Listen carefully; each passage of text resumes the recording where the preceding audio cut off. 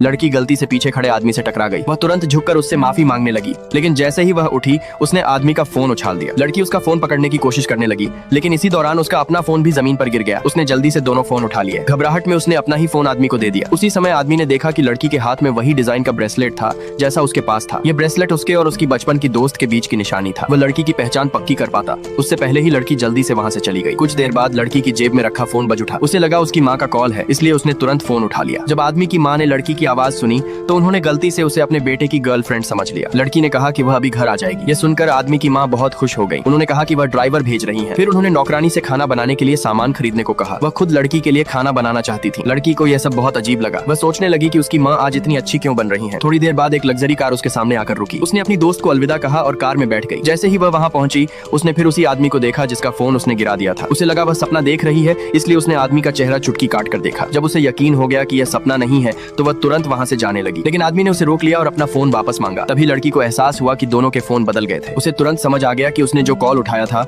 वह आदमी की माँ का था। आदमी ने जानबूझकर लड़की का फोन ऊपर उठा लिया और कहा कि उसे उसकी एक शर्त माननी होगी। दोनों फोन को लेकर झगड़ने लगे। तभी आदमी की माँ ने उन्हें अंदर आकर खाना खाने के लिए बुलाया। अपनी माँ को निराश नहीं करना चाहता था, इसलिए आदमी ने लड़की से थोड़ी देर के लिए अपनी गर्लफ्रेंड बनने को कहा। क्योंकि आदमी के पास उसका फोन था, लड़की के पास मानने के अलावा कोई और रास्ता नहीं था। लड़की को आदमी की माँ के हाथ का खाना बहुत पसंद आया, लेकिन दोनों फिर से फोन को लेकर झगड़ने लगे। माँ ने आदमी से कहा कि वह लड़की को परेशान न करे। ये सुनकर लड़की को काफी अच्छा लगा। उस रात जब लड़की घर पहुंची तो उसकी मुलाकात अपनी माँ से हुई। उसकी माँ जानती थी कि उसकी गर्दन में दर्द रहता है, इसलिए उन्होंने डॉक्टर का अपॉइंटमेंट तय कर दिया था। अगले दिन लड़की अपनी दोस्त को साथ लेकर अस्पताल गई, लेकिन जैसे ही वह अंदर पहुंची उसने देखा कि एक नर्स डॉक्टर को 10 सेंटीमीटर लंबी सुई दे रही थी। जब उसे पता चला कि वह सुई उसकी गर्दन के इलाज के लिए है तो वह बहुत डर गई। वह तुरंत अपनी दोस्त के साथ वहाँ से भागना चाहती थी, लेकिन डॉक्टर ने उसे रोक लिया। लड़की ने झूठ बोला कि उसकी गर्दन अब ठीक हो चुकी है, लेकिन तभी उसने गलती से अपनी गर्दन फिर मोड़ ली। डॉक्टर ने उसकी गर्दन जांचने के बाद कहा, तुम्हारी हालत काफी गंभीर है, तुम्हें हर हफ्ते चेकअप के लिए आना पड़ेगा। जैसे ही लड़की वहाँ से जाने लगी उसकी नजर अचानक डॉक्टर के नेम टैग पर पड़ी। तभी उसे एहसास हुआ कि यह डॉक्टर वही आदमी था जिससे उसकी मुलाकात कल हुई थी।